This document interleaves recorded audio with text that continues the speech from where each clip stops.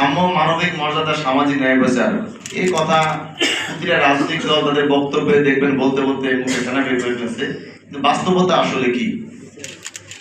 এই যদি এটা যদি প্রতিষ্ঠিত থাকতো তাহলে কিন্তু জুলাই বিপ্লব সংগঠিত হওয়ার প্রয়োজন হতো না।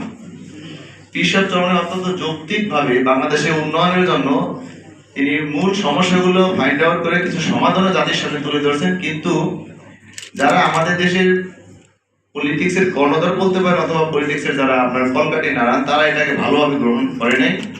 আমাদের দেশের উন্নয়নের অন্যতম একটা সমস্যা হলো রাজনৈতিক হানাহানি।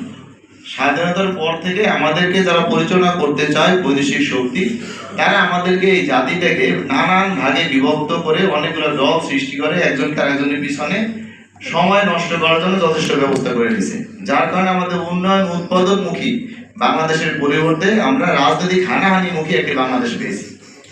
এই সমাধানের জন্য পীর সাহেব চরমনাই অত্যন্ত সুচিন্তিতভাবে দেশের বুদ্ধিজীবী মহলের সাথে পরামর্শ করে তিনি বললেন যে আমরা এই রাজনৈতিক হানাহানি স্থায়ীভাবে বন্ধ করতে পারবো যদি বাংলাদেশে আমরা পিয়ার পদ্ধতিতে একটা নির্বাচন বাস্তবায়ন করে সরকার সেভাবে গঠন হয়। যে আমরা কেন রাজনৈতিক হানাহানি করি? একজন ক্ষমতায় আছে, তার রাষ্ট্র পরিচালনা পদ্ধতি আরেক দলের পছন্দ হচ্ছে না, সে রাজপথে নেমে আন্দোলন করতেছে। এই বিষয়টা যদি আমরা সংসদে সমাধান করতে পারি, যে আমাদের কেন রাষ্ট্র পরিচালনায় কোথায় অসুবিধা হতেছে সেগুলো যদি সংসদে তুলে ধরতে পারি, সমস্ত দল তার জনপ্রিয়তার ভিত্তিতে সে সংসদে অংশগ্রহণ করবে এবং ওখানে বসে জাতীয় সমস্যাগুলো সমাধান হবে। কিন্তু বুদ্ধিজীবী মহলের এই কথাটা বাংলাদেশে এক শ্রেণীর মানুষ কিছুদিনের জন্য গ্রহণ করেছিল, কিন্তু যখন আবার মনে হলো তারা হালে পানি পেয়ে গেছে, তারা মনে করতেছে এটা এখন আর দরকার নাই। তো আসলে দরকার আছে কি নাই, সময় তো শেষ হয়ে যায় নাই। খুব অল্প সময়ের ব্যবধানে বাংলাদেশের মানুষ এর প্রয়োজনীয়তা উপলব্ধি করবে এবং আমরা এটা বাস্তবায়নের জন্য আমরা অবশ্যই বাংলাদেশের মানুষকে সঙ্গে নিয়ে আবার আমরা আন্দোলনে নেমে পড়বো। এই স্বাধীনতার সুফল বাংলাদেশের মানুষের ঘরে না দেওয়া পর্যন্ত ইসলামী বাংলাদেশের আমিরের নেতৃত্বে বাংলাদেশের মানুষ আন্দোলন থাকবে। স্মরণ করতে হয় তাদের ত্যাগের বিনিময়, রক্তের বিনিময়, ইজ্জতের বিনিময়ে আমরা একটা বক্তব্য পেয়েছি। যারা নির্লজ্জভাবে স্বাধীনতা চেয়েছে, দেশের মানুষের মুক্তিকামী মানুষের জন্য আন্দোলন করেছে, সংগ্রাম করেছে, জান দিয়েছে, তাদের আমরা রুহের মাগফিরাত কামনা করি। যারা আহত হয়েছেন তাদের সুস্থতা কামনা করছি এবং দীর্ঘ আয়ু কামনা করছি। সাথে সাথে বলতে চাই যে স্বাধীনতার আজকে প্রায় 15 বছর অতিবাহিত হয়েছে, একটা ভূখণ্ড পেয়েছি, জনগণ আছে, সবকিছু আছে। আমাদের একটা জিনিসের সমস্যা, সেটা হলো রাজনৈতিক সমস্যা। দেশ স্বাধীন হওয়ার পর থেকে এই পর্যন্ত যারাই দেশের ক্ষমতায় ছিলেন, আওয়ামী লীগ বলেন, বিএনপি বলেন, জাতীয় পার্টি বলেন, অন্য যারা ওই চেয়ারে বসছেন, বসার পরে তারা জনগণের কথা বলে যায়।